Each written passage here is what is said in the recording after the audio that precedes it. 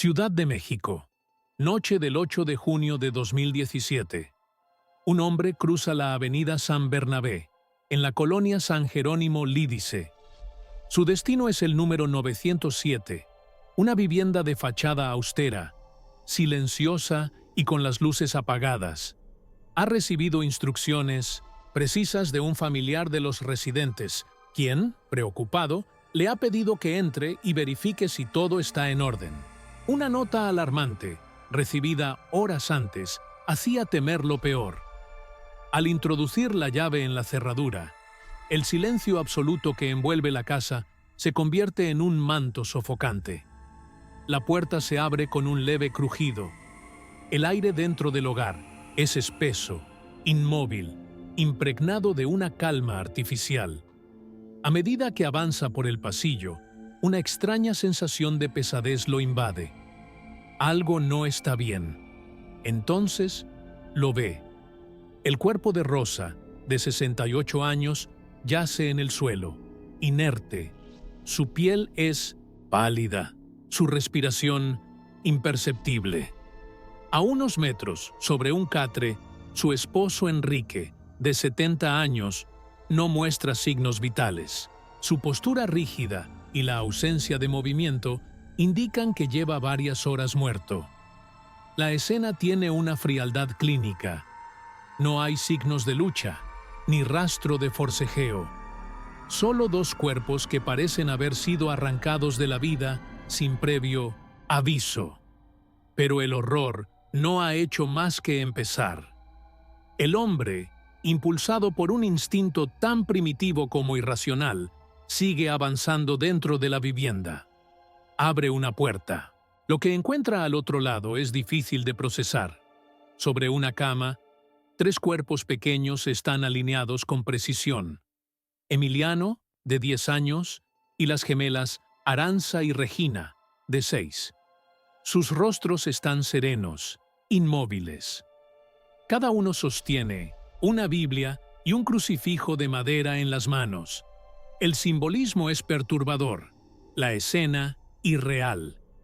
A su lado, tendida en la misma cama, está Mireya Agraz, madre de los niños.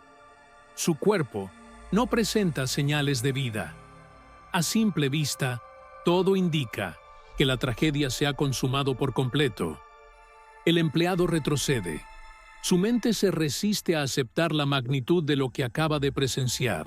Toma su teléfono y con dedos temblorosos marca el número de emergencias. Minutos después, patrullas y ambulancias llegan al domicilio. La policía ingresa con cautela, documentando cada rincón con fotografías y registros. Los paramédicos confirman lo inevitable. Enrique, Emiliano, Aranza, Regina y Mireya han fallecido, pero algo inesperado cambia el rumbo de la investigación. Rosa, aunque inconsciente, sigue con vida. Es trasladada de inmediato al hospital en estado crítico. El hallazgo de los cuerpos no solo desata una investigación por homicidio, sino que abre la puerta a un enigma mucho más oscuro. Este no es un caso de violencia común. No hay signos de robo, las puertas no han sido forzadas y la disposición de los cuerpos sugiere un acto deliberado. Pero, ¿quién tomó la decisión? ¿Fue un suicidio pactado o un asesinato meticulosamente planeado? Para encontrar respuestas, hay que retroceder en el tiempo, sumergirse en el pasado de Mireya Agraz, en los conflictos familiares que la rodeaban y en la batalla judicial que la enfrentó a su exesposo. Solo entonces se podrá entender qué condujo a esta familia al límite. Pero la verdad, como siempre, será más perturbadora de lo que cualquiera podría imaginar. La batalla legal entre Mireya Agraz y Leopoldo Olvera Villa no era solo una disputa por la custodia de sus hijos. Era un duelo cargado de acusaciones, manipulaciones y decisiones judiciales polémicas que dejarían una huella imborrable en la vida de todos los involucrados.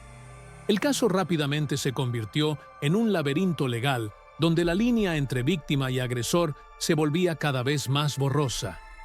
La teoría de la alienación parental, presentada por Leopoldo, resonó en el sistema judicial. 6 meses después de la solicitud, la jueza ordenó un examen psiquiátrico para determinar si Mireya influenciaba a los niños en contra de su padre.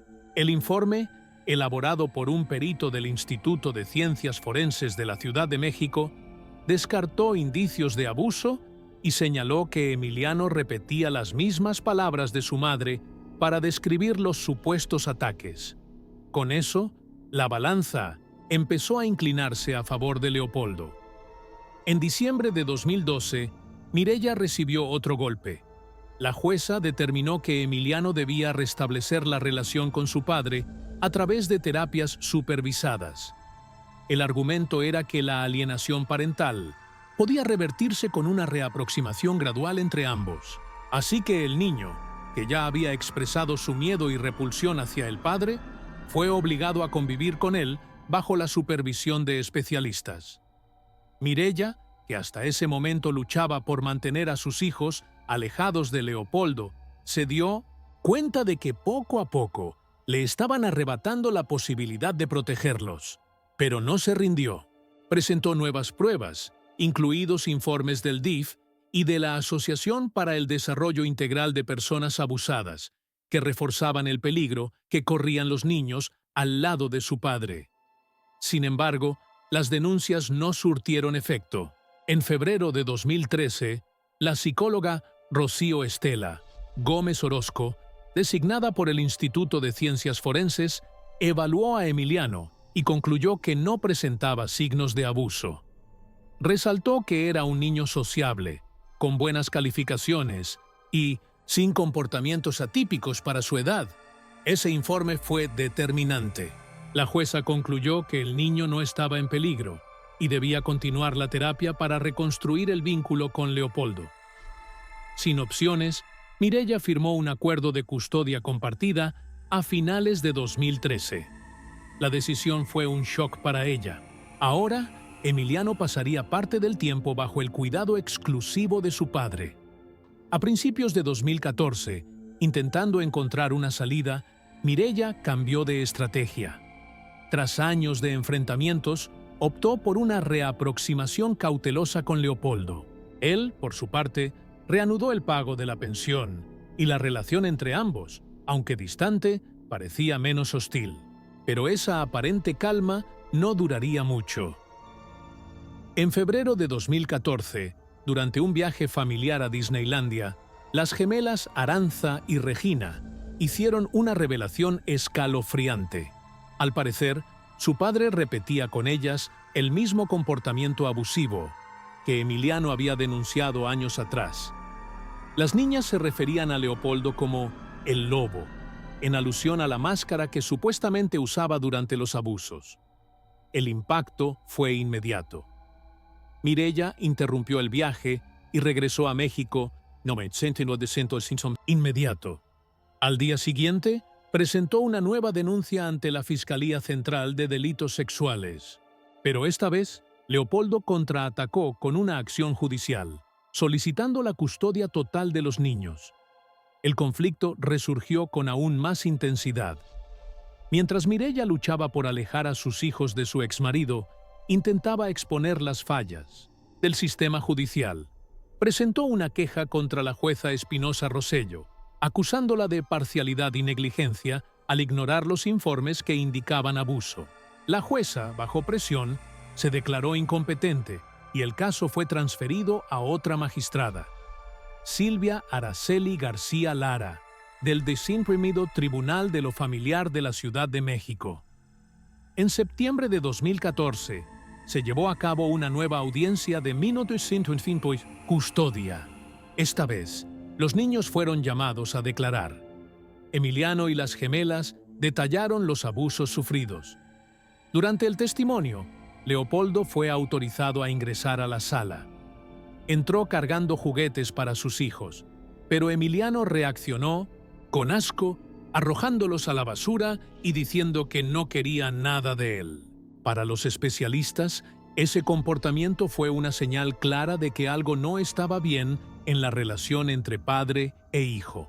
Pero Leopoldo tenía una estrategia bien calculada para recuperar el control.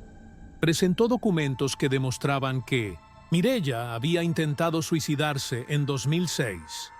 Para él, ese episodio era prueba de su inestabilidad mental y reforzaba que no era apta para cuidar de los niños. Una vez más, los tribunales se inclinaron a su favor. Desde ese momento, la situación tomó un rumbo cada vez más oscuro. Mireya estaba acorralada. Uno tras otro, sus intentos por evitar que sus hijos se quedaran con Leopoldo fallaban. La batalla por la custodia, que le había arrebatado años de su vida, estaba a punto de llegar a un desenlace inesperado.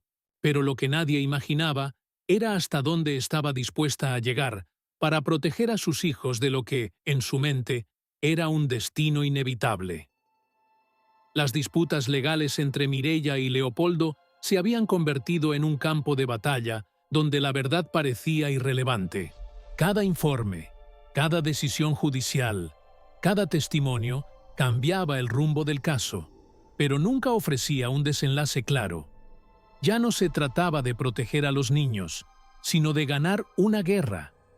Y en ese proceso, los pequeños se convirtieron en rehenes de un sistema que los veía más como piezas de ajedrez que como víctimas. Con el rechazo de la denuncia presentada en 2014 sobre los abusos sufridos por las gemelas, la credibilidad de Mireya se desplomó. La corte empezó a tratarla como una persona emocionalmente inestable, y su lucha por la custodia comenzó a parecer una obsesión peligrosa. A finales de 2015, la jueza ordenó que Mireya llevara a sus hijos al centro de convivencia del tribunal, para que mantuvieran contacto regular con su padre. El tiempo estipulado para cada encuentro era de apenas 5 a 10 minutos, pero si no cumplía, enfrentaría multas e incluso prisión.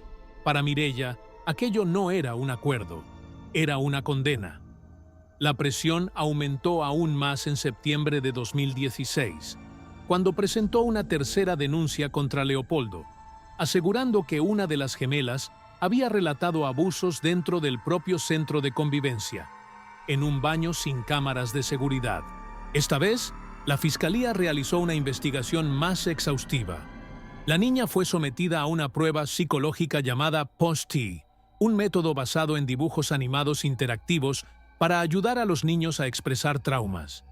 El resultado no mostró indicios de abuso. Además, las psicólogas del centro confirmaron que la menor había usado el baño solo 3 veces y nunca en presencia del padre. La denuncia fue desestimada y la fiscalía concluyó que no había pruebas contra Leopoldo. Este revés llevó a Leopoldo a suspender por completo el pago de la pensión alimenticia. Mireya, ya agotada mental y emocionalmente, perdió el control. Desesperada, buscó ayuda fuera del sistema judicial. Fue entonces cuando conoció a Kevin Haubert, un investigador especializado en casos de abuso infantil y miembro de la organización Soñando Mariposas. Cuando Haubert se reunió con Mireya, esperaba encontrar a una madre dispuesta a luchar por sus hijos. Pero lo que descubrió fue algo muy distinto. Durante la conversación, notó que hablaba más sobre su relación con Leopoldo que sobre los supuestos abusos. La seguridad de los niños parecía ser solo un elemento de un conflicto mucho más profundo y oscuro. La preocupación de Haubert aumentó cuando Mireya le mostró 15 grabaciones que había hecho con sus hijos. En los videos, Emiliano y las gemelas narraban los abusos, pero de forma forzada. Los niños se veían incómodos, dudaban en sus respuestas y, en varios momentos, miraban a su madre buscando aprobación. Mireya, visiblemente ansiosa, los corregía cada vez que se equivocaban en algún detalle de la historia. En uno de los videos, una de las gemelas, cansada, dijo que no quería seguir hablando, a lo que Mireya respondió: «Si te detienes ahora, nadie te va a creer». Ese material cambió por completo la percepción del investigador. Para Haubert, Las grabaciones no demostraban el abuso de Leopoldo.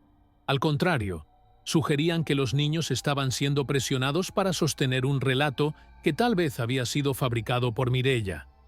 La situación era alarmante. El punto final de la conversación dejó a Haubert en shock.